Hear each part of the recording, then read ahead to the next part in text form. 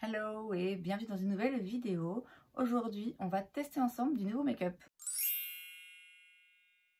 Plus précisément, on va tester le maquillage que j'ai acheté lors de mon récent séjour à New York.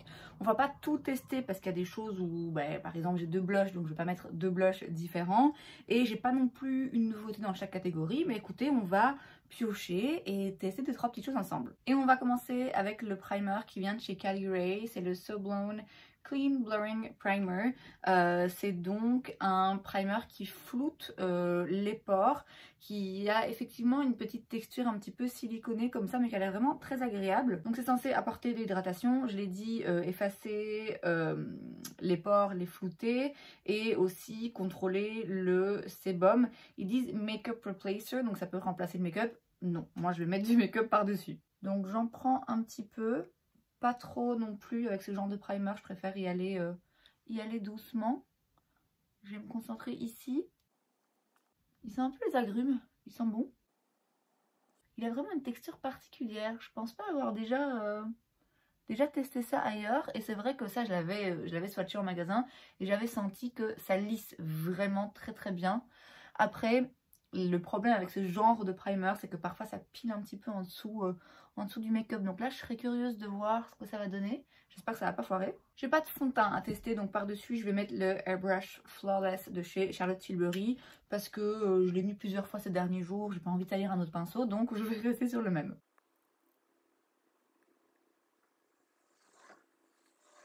Alors, j'ai l'impression que sur mon front, vraiment juste ici, ça me fait un truc un peu bizarre, mais je vous cache pas que ces derniers temps, bon déjà on parle de l'état général de ma peau, c'est l'enfer. Et alors ouais, j'ai vraiment en ce moment, là ça fait toujours un petit peu comme si je pelais, et là aussi au-dessus des sourcils, je me suis rasé le visage, vous voyez, pas vraiment rasé, mais vous voyez ce que je veux dire, retirer le peach fuzz de la peau il y a quoi, une semaine, plus d'une semaine d'ici. Alors j'ai l'impression de m'être coupée un petit peu partout, enfin de mettre un petit peu trop gratter la peau, et je m'étais dit que ça aiderait parce que vraiment je sentais comme si je commençais à peler ici, ça me faisait vraiment des trucs bizarres de manière générale, peu importe le make-up que j'utilisais. Et bah non, en fait ça le fait toujours. Je comprends pas ce que ma peau a en ce moment, mais elle foire un petit peu, donc on va pas se concentrer sur ce qui se passe ici parce que c'est vraiment une zone en guerre en ce moment. Mais franchement, sur cette partie, j'ai l'impression que ça a quand même lissé et que ça n'a pas pilé, en tout cas ça n'a pas mal interagi avec le fond de teint, et même au toucher on sent que c'est un petit peu velouté, un petit peu lisse. J'avoue, j'ai vraiment pas choisi le meilleur moment pour tester des produits parce que ouais, ma peau là clairement elle m'envoie chier, mais avec une de ses forces. Déjà la fatigue, on va y venir, et puis bon, on arrive aussi un petit peu à cette période du mois qui fait que forcément je peux avoir un ou deux boutons en plus, mais surtout j'ai très mal mangé, j'ai mangé des produits laitiers, j'ai mangé du fromage, j'ai fait une raclette à Noël, donc voilà. Et ouais, mon corps se venge. Ça, couplé au fait que, comme je vous disais, manque de sommeil, là, vraiment une fatigue. D'ailleurs, on va passer à l'anti-cerne, et avant ça, je vais aussi mettre un correcteur parce que j'en ai besoin. Ça fait, je dirais, globalement une semaine que je dors assez mal. Il y a une semaine d'ici, pour le moment, ma soeur et sa famille sont chez nous. Et il y a environ une semaine, ils se sont chopés, je sais pas, une petite gastro, un truc comme ça. En tout cas, ils ont tous été malades. Et moi, je partage ma chambre avec ma nièce de 8 ans, qui a été malade en plein milieu de la nuit. Dans le lit, hein, évidemment, sinon c'est pas marrant. Donc voilà, déjà une nuit mouvementée. Donc ça, c'était jeudi dernier. Moi, je vous filme ça là à l'avance. On est le jeudi 28 décembre.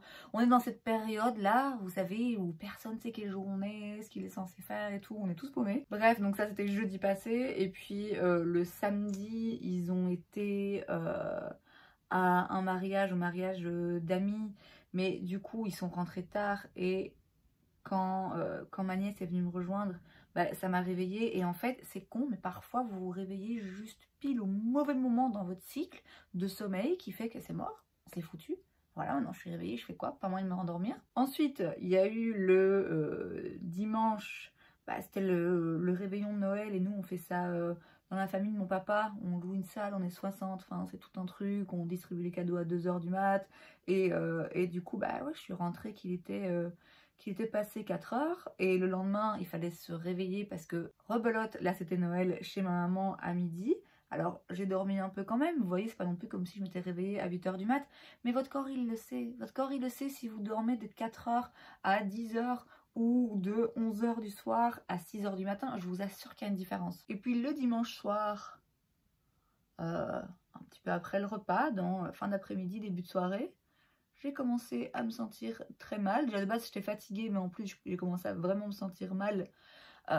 Des crampes, des nausées, vraiment pas bien. Alors bon, il se peut que j'ai simplement chopé le petit virus là qu'ils avaient ramené, mais ça me paraît bizarre quand même niveau timing, parce que eux ont été malades le jeudi, vendredi. Or à ce stade on était lundi. Je me dis si j'avais dû me le choper, je l'aurais eu tout de suite, je l'aurais eu beaucoup plus vite. Et je vous ai dit là le 25 chez ma maman on a fait une raclette et j'ai mangé du fromage, j'ai mangé un œuf, j'ai mangé du beurre, enfin bref plein de choses que je mangeais plus trop. Et plein de choses que j'avais dit que je mangerais plus, techniquement. Bah mon corps, lui, il a reçu le message. Il m'a dit, écoute, tu as dit que tu voulais être végane, tu as dit que tu ne voulais plus manger de produits qui proviennent des animaux, et bah maintenant quand tu le fais, tu vas être malade. Alors en vrai, j'imagine que j'ai peut-être tout simplement toujours eu une petite intolérance à ce genre de produits sans m'en rendre compte parce que j'en consommais régulièrement, donc peut-être que mon corps simplement s'y était fait. Mais ouais, c'est vrai que là, du coup, le fait de plus trop en manger et puis là tout à coup d'en réintroduire beaucoup en une fois, ben ouais, je pense que mon corps ne supporte plus. Donc de nouveau, la nuit de lundi à mardi, pas ouf.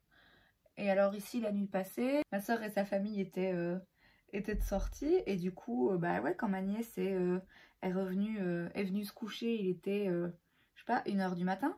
Et pareil, quoi, ça m'a réveillée. Alors ça aurait pu me réveiller, j'en profite pour aller aux toilettes, je vais me recoucher et tout va bien, comme ça peut arriver, mais de nouveau, vraiment juste pas de bol niveau timing, parce que, ouais, apparemment, c'était pile à un moment, au moment où il fallait pas, et au moment où du coup mon corps était pas prêt à s'endormir. Et alors en plus, je l'aime de tout mon cœur, et j'apprécie vraiment ces moments que je partage avec elle, mais elle prend toute la place.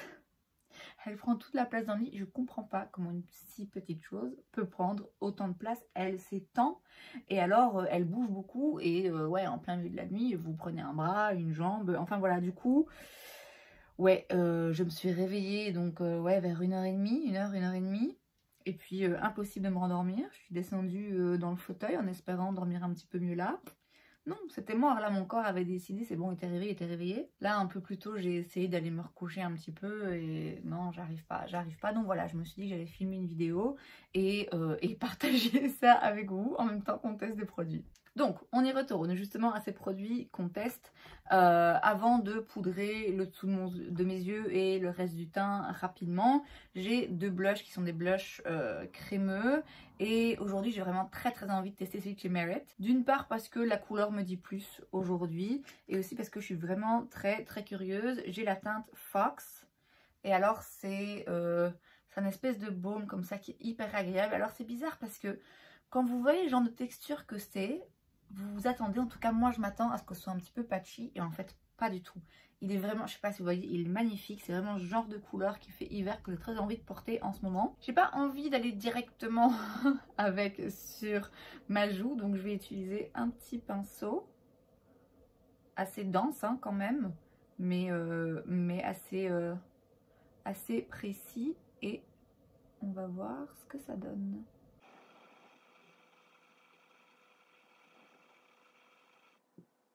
La couleur, j'adore. C'est intense, hein, là. Tout est très intense, mais vous inquiétez pas, on va rectifier ça et poudrer de toute façon par la suite.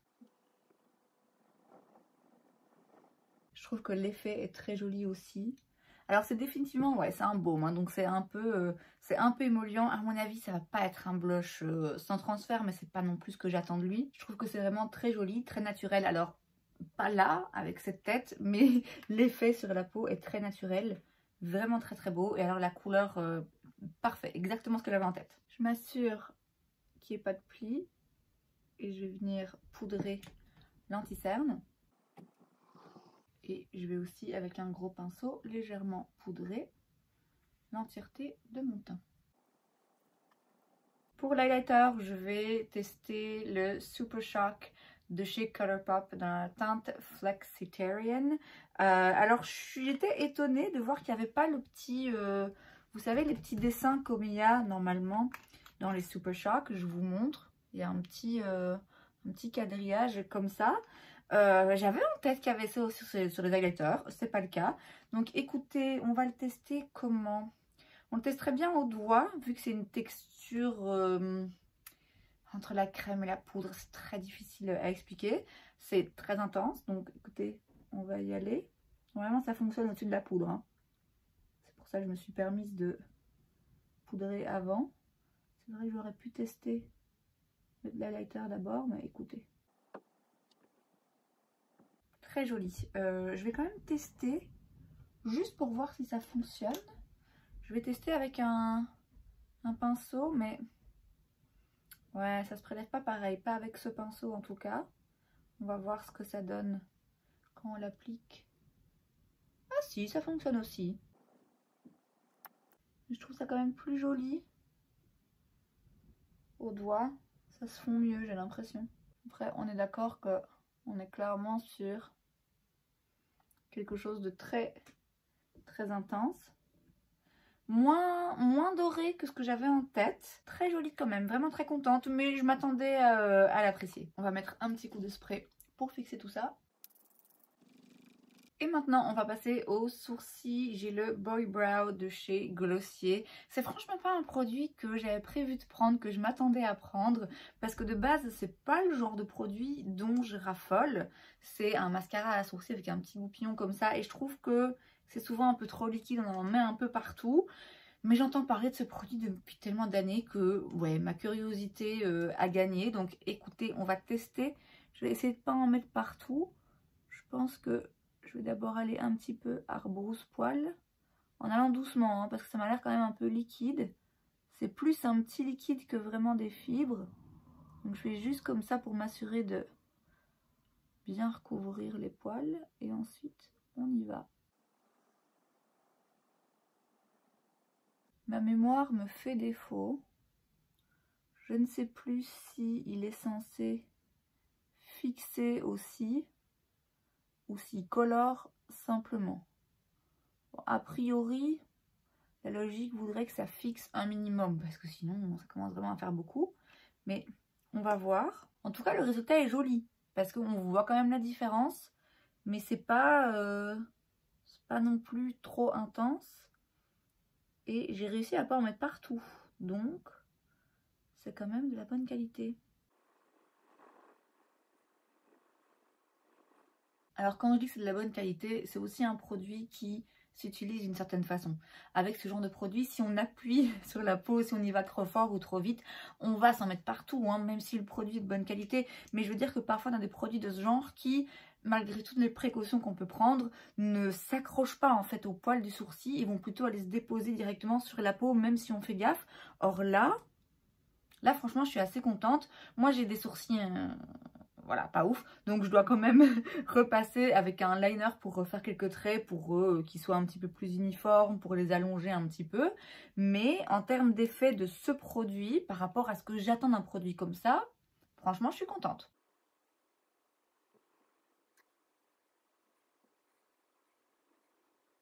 Voilà, donc j'ai refait quelques poils quand même et j'ai terminé la queue du sourcil.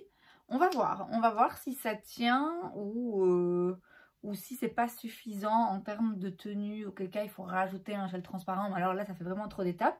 Mais en tout cas, là, j'ai l'impression de sentir que mes sourcils sont un peu maintenus. On va passer aux yeux. Écoutez, je sais pas quoi faire, je suis partagée. Bon, j'ai une palette de chez Colourpop, mais ça, je la testerai dans une autre vidéo. Je ferai un look que je vous filmerai. J'ai un Super Shock Shadow de chez Colourpop, toujours. C'est la teinte Fringe, qui est très jolie. Et donc les Super Shock, c'est, je vous ai dit, hein, une texture entre la crème et la poudre, très spéciale. Ils ont toujours des très belles couleurs, très lumineuses. Et puis j'ai aussi ce petit produit qui est absolument merveilleux de chez Give Beauty, qui est la marque de Gwen Stefani. C'est le Icy in Sparkle dans la teinte Twinkle. C'est des petites paillettes en fait, tout simplement. Des petites paillettes un petit peu rose gold, je dirais, comme ça, qui sont très belles, que j'ai très envie de mettre. Mais le truc, c'est que ce genre de produit, moi, normalement, je le mets avant d'avoir fait mon teint. Parce qu'il n'y a rien à faire des paillettes comme ça qui sont libres. Forcément, il va y avoir des chutes. On ne peut pas demander à ce que tout reste collé du premier coup. Donc ça, je l'essayerai une prochaine fois. Et je l'utiliserai dans un look où je ferai mes yeux, du coup, avant le reste de mon teint.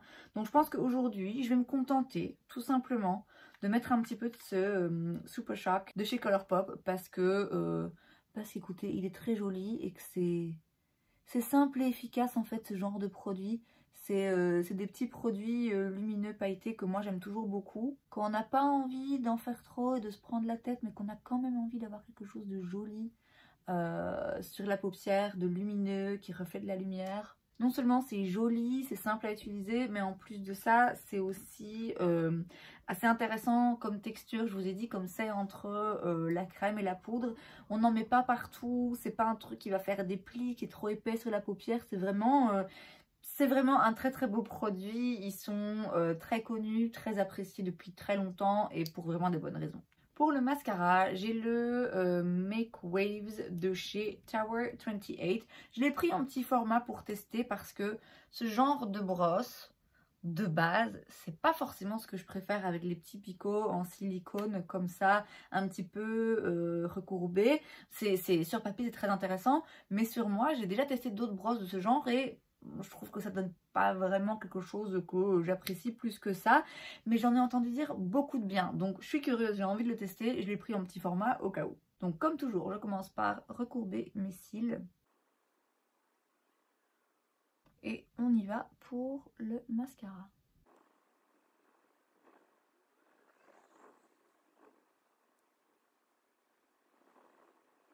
Bah écoutez, il a l'air pas mal. Il a l'air un peu recourbant et allongeant. On dirait qu'il sépare bien, bien les cils. Oui, je pense que je l'aime bien. Alors, c'est pas le mascara qui apporte le plus de volume, mais c'est pas ça qui promet non plus. Donc oui, pour le moment, le résultat est assez joli. Bon, écoutez, oui, il est joli. Après, je sais pas s'il mérite tout le foin. J'ai l'impression qu'on en a fait. Mais oui, c'est joli, c'est un chouette mascara. Et on va terminer avec les lèvres. J'ai le Balm.com de chez Glossier dans la teinte Le Goût Cookie Butter. Ça sent le spéculoos.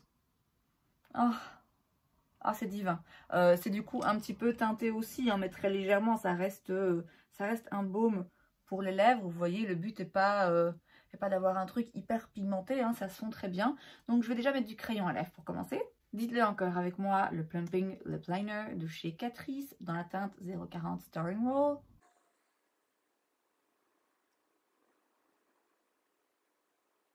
Donc j'ai aussi rempli vite fait mes lèvres avec.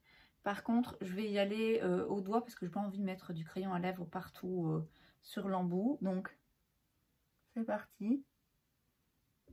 Ah, ça va me donnait faim ce truc. Bon, j'en avais sorti un petit peu trop. Très agréable. Alors déjà, voilà. Le goût, vous l'aurez compris. Ça gâche rien. Mais au-delà de ça, ouais, je le trouve vraiment, vraiment très agréable comme baume à lèvres parce que on sent que c'est un baume qui va nourrir et hydrater. Il est très agréable à porter. Si on veut quelque chose de joli, bah voilà, on fait comme j'ai fait. On met un crayon à lèvres, on remplit un petit peu, on a une jolie teinte, on a un joli fini de produit lèvres. Mais on peut aussi simplement l'appliquer comme ça en cours de journée. C'est pas un produit qui est trop teinté et qui nécessite un miroir pour voir qu'on n'en met pas partout. Je vous dis, ça se fond vraiment bien. Donc ça peut aussi juste être un baume réconfortant, agréable à porter. Moi c'est comme ça hein, que je vais l'utiliser. Il va se retrouver à mon avis dans mon sac. Il va remplacer mon Summer Fridays quand je l'aurai terminé. C'est vraiment ici un baume hydratant que j'utiliserai pour hydrater mes lèvres en cours de journée et pas comme un produit lèvres comme j'ai fait aujourd'hui. Mais bon, là c'était pour le tester et pour voir un petit peu l'effet qu'il donnait. Et écoutez, voilà le look terminé. Je dirais que j'ai eu des bonnes surprises. Le produit pour les sourcils, franchement, je m'attendais pas à être impressionnée, mais finalement il me plaît bien. Le blush Merit, il est vraiment très très très bien. Ça me désole un peu parce que je me dis que j'aurais dû prendre d'autres produits dans la marque. J'espère qu'elle va arriver bientôt sur Cult Beauty. Mais voilà, écoutez, de toute façon, que ce soit pour le blush, le produit pour les sourcils ou les autres que j'ai testés, je vais continuer à les tester dans la durée. Et je vous en ferai un retour dans une vidéo top et flop ou une vidéo revue rapide, on verra. Et c'est donc tout pour cette vidéo, j'espère que ça vous a plu. Si c'est le cas, n'hésitez pas à laisser un like. Vous pouvez aussi vous abonner à ma chaîne parce que c'est gratuit, donc pourquoi pas. Et moi, je vous vois la prochaine fois. Bye!